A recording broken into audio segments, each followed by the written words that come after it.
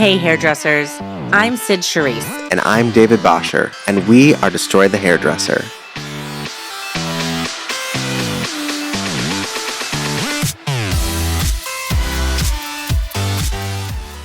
At Destroy the Hairdresser, we are head over heels for Aura salonware. Why? Because Aura is the only salonware that flawlessly supports every one of the Destroy the Hairdresser game-changing methods. From station sharing and cashless payments to offering true scheduling freedom and more, Aura's got it all. Wrapped in a beautiful, easy-to-use package, it's perfect for everyone, whether you're an independent stylist or managing multiple salon locations. Plus, Aura's robust features help streamline your operations and boost your bottom line. Ready to elevate your salon? Visit aurasalonwear.com/DTH for exclusive discounts and start your journey today. Give your clients great hair with fewer products and make more money with less inventory. Introducing Hair Story, a mindful and innovative brand. Hair Story's game-changing product, New Wash, cleans and conditions without harsh foams or detergents, restoring your scalp's natural balance. Made with gentle, biodegradable ingredients and recyclable packaging, it's good for your hair and the planet. With Hair Story Pro, earn a 25% commission on client purchases either in person or online. Plus, enjoy free education, wholesale pricing, and special client discounts. Try New Wash for free and get pro access today at hairstory.com/DTH.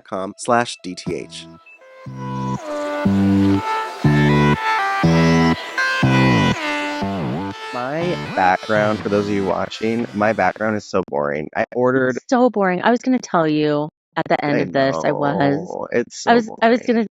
You look at my background. I have a disco globe. What do you? I have a bedpost. Well, but it I used to be ordered with your artwork. bookshelves. Oh, I you did? ordered Okay. artwork, but I ordered custom frames because I'm a bougie bitch. And I have I this wasn't whole gonna say it. theme. I have this whole theme with my artwork, and I want the frames to be like antique gold and black. I'm really liking black. I have black doors, black bed frame, black deck. I want and then my walls are really light.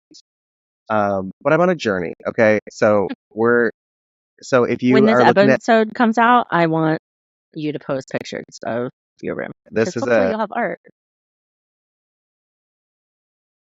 Got good bones. Are you ready for some hairdresser hotline? You know it. All right. Well, first tell the people what the number is. Okay. Because I still don't know it by heart. The number is 201-564-5007. Text us, call us, leave a voice memo. Oh my God. A voicemail. No one will answer. It is anonymous. Unless you tell us. But we will share the content. Yeah, but we will be sharing the content. I want to say we've had a few people leave messages. Multiple, same person with the story so long that they have to leave multiple. Yes. And this seems to be a reoccurring thing that people are like, I have more to tell you, or the story keeps unfolding. The only reason I haven't shared those stories is because they're so specific that I am afraid if I share it, people will know who, it's about. Yeah. Yeah. So if we don't share a story or we don't share a question, it's not personal. It's not personal. We're trying to protect you. So I want to just throw that out there. But we do have a great question. And nice little message. So it says, I love tuning into the show. I'm trying to reestablish myself after being on maternity leave for 2 years. My question is it possible to establish hourly pricing and modern concepts in an old school type of salon? I love where I work, but the systems are very outdated, and I just want to know if it makes things more confusing to implement new concepts in an old environment, or does it make things easier? I hope this makes sense. So what I'm hearing is when I'm maternity leave, I came back, I'm rebuilding at a salon. I've been listening to DTH, love the idea of hourly pricing, but this salon probably does a la carte. I'm just going to assume they do a la carte or something like that. And they're asking, do you think I could do hourly pricing at a salon that does a la carte? That's what I hear in the question. Yes. Well, then I had questions because sometimes people will rent chairs out, but still run it like a commission salon where the salon owner is still making the decisions, even though the staff is renting. So I'm like, is that situation? Let's just anecdotal reasons. It's a commission salon. They work at a commission salon and they want to do hourly. Okay. Don't confuse them. Don't confuse. Yeah. Okay. But I get what you're saying. A few things. One, unfortunately, if you're not the business owner, then you can't make those changes. But I have some loopholes for you. Another thing is that I think you should talk to your salon owner and kind of plant the seed. I've heard a lot of people that listened will just send an episode to their boss that they feel they are close, right? Like they have that relationship, but maybe the boss is, struggling a little bit in the directions that they're going and growing. So don't hesitate to just spark a conversation and send, a podcast episode. It can be helpful. Another thing is, I don't care what pricing system you use. Obviously, over here at DTH, we believe in the higher concept of charging for your time and your worth and hourly and really getting the client and everyone to understand that time is valuable. But whatever you use, you still need to know how much your time is worth. You still need to know how much you need to make annually, monthly, weekly, daily, per time. Hourly. Yeah. And that's what a lot of people don't do. A lot of people are setting their prices up based on person next door or someone that they are influenced by or whatever. And not that it's necessarily wrong, but there's no decision making within your business when you're just mimicking. I want to just an example of mimicking gone wrong. I get a lot of questions from people when I do classes like, someone told me that for hourly to work, I had to charge this to make it work. The problem with that information is that, like you're saying, that's not how you have to know what your salon needs to make per hour to even know what to charge hourly. So listening to what other people charge hourly has nothing to do with your business. They have different expenses, different rent, different bill. You know what I mean? Like we had different product lines. Like you have to know your baseline of like, what does my salon need to make per hour to just hit baseline of paying the bills? Not even like above that. And as an individual who's a commissioned stylist, even knowing that of like, what do I need to make an hourly to make sure like that I am hitting my markers? I talked about a little bit of a loophole. Do you want me to go into that? I'm so ready for your loophole. I think your loophole's genius. In fact, I feel like it's how we really carved out hourly pricing. Yes. So I think not only is this a loophole, this is the origin story. Mm-hmm. Yeah, this is the origin story. This is it. When David and I were running all over New York City and Brooklyn, really working with salon owners who were willing to listen to our idea and let us experiment. Like, so at the time I was working for a salon, I was working 3 days a week. I had a price point, but I didn't really take walk-ins. It would be very rare because I was only there. And honestly, when I started working there, we had started our first 4. So I was working there even less. And we were really playing with the concept of hourly and really working this into a structured system because you and I had been charging that way or similar without it being as legit as it is now. We were really working on like the consciousness of your time is valuable. So a lot of my clients were per social media, requests, stuff like that, right? So I was the one talking to them mostly before they were booking through the salon. And I would really encourage that. Like even though I was a commissioned stylist, I wanted to have control over scheduling them and everything.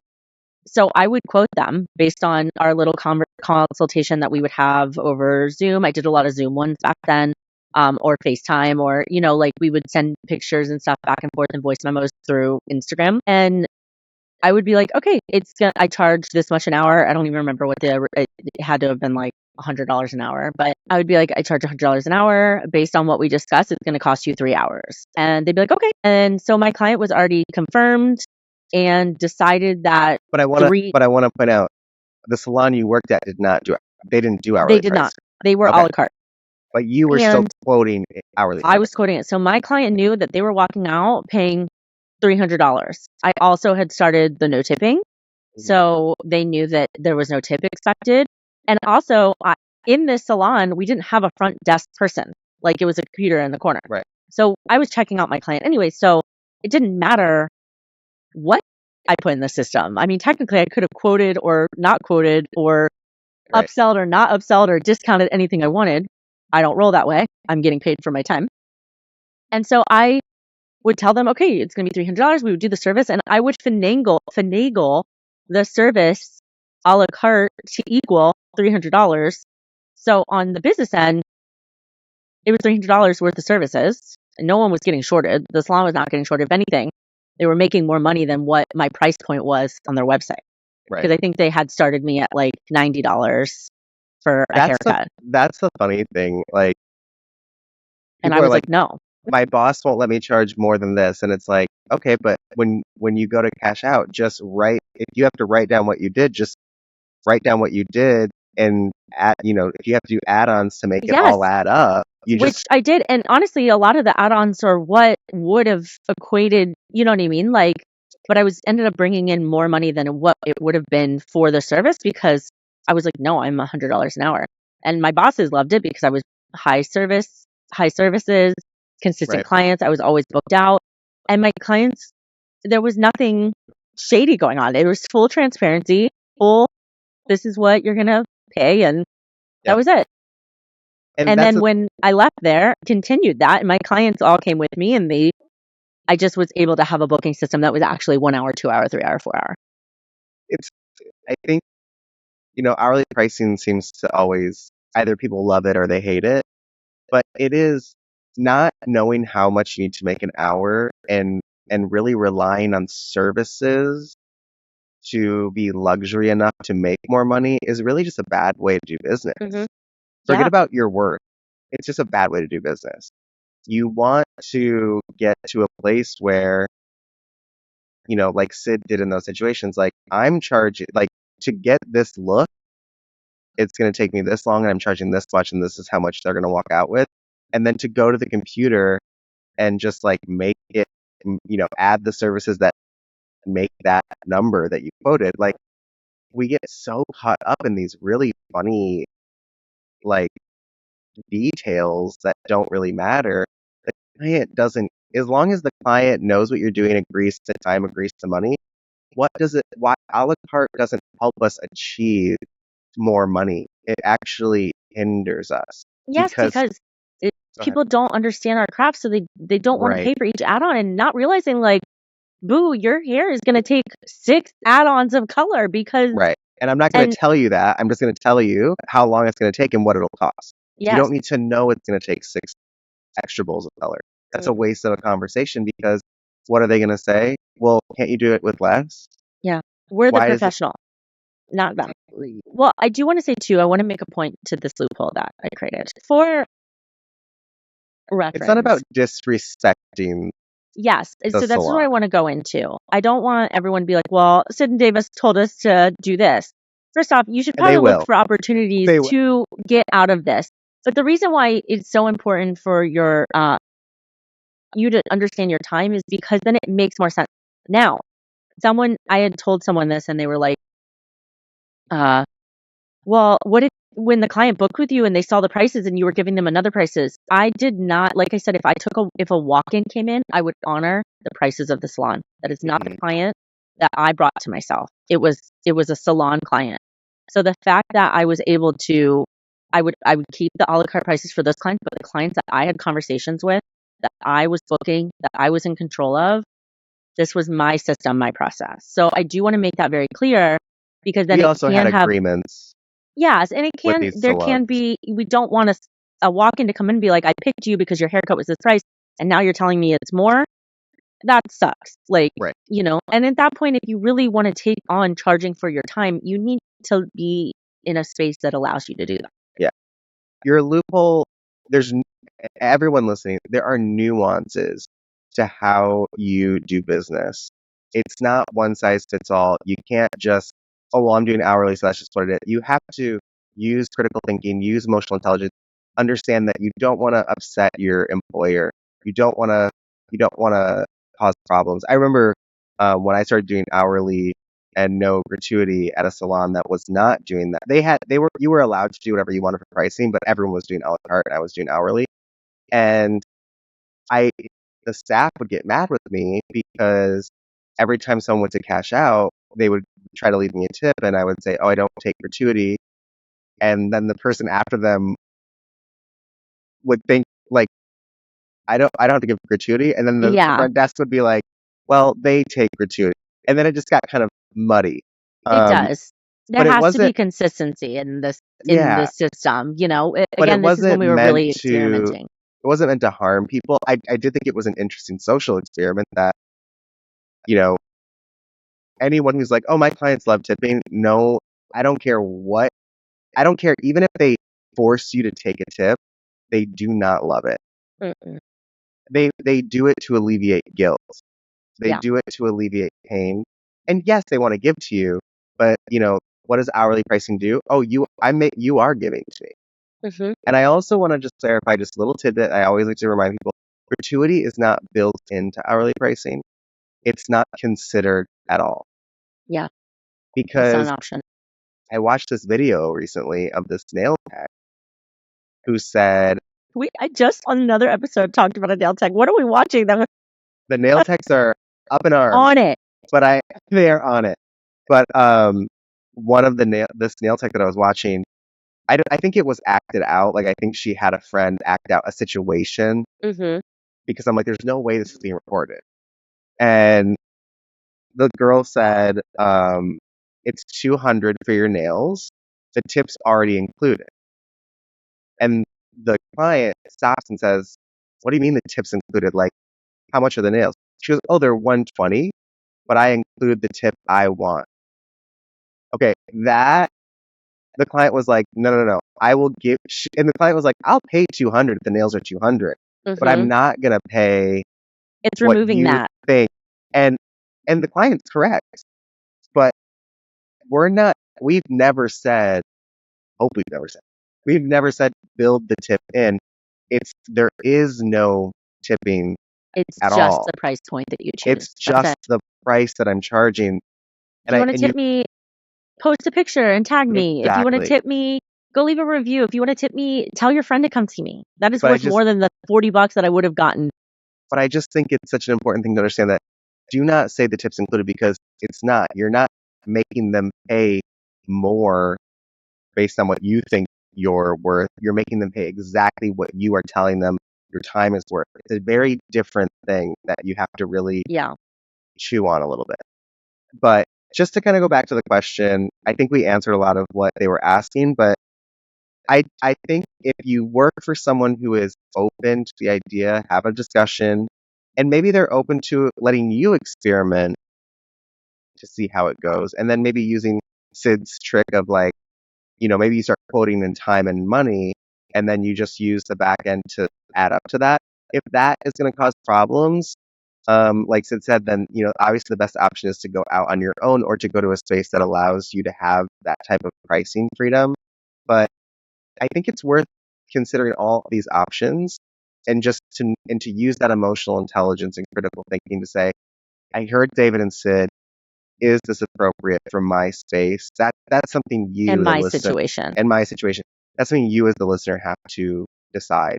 So we want to continue bringing you all advice, but just remember, you as the listener have to decide, does that work for me? Does that advice fit in my situation?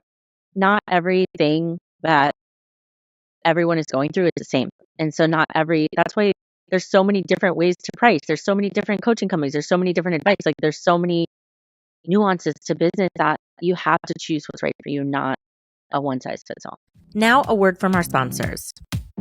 Let's face it, selling the same retail that every other salon is selling is not working anymore. It's time to take control of your retail sales and profits with Genesis Private Label. Genesis offers premium plant-powered formulations that are cruelty-free and clinically tested. Start your own line for just $1,000 and take your salon's brand and profits to the next level. As a DTH podcast listener, you get an exclusive deal on your sample kit, usually $149, now just $34.97. Visit genesisprivatelabel.com/DTH and order your sample kit today. Hey hairdressers, are you looking for health insurance? It's time to get healthy with Hairdresser Healthcare, the only coverage designed specifically for the beauty industry. Whether you're an independent stylist, a salon owner with a team, a makeup artist, or a massage therapist, we've got you covered with comprehensive and affordable benefits. With options for self-enrollment and year-round open enrollment, taking control of your health has never been easier. And the best part is, it's available in every state. Visit hairdresserhealthcare.com and take control of your health today, because you, your team, and your family deserve it.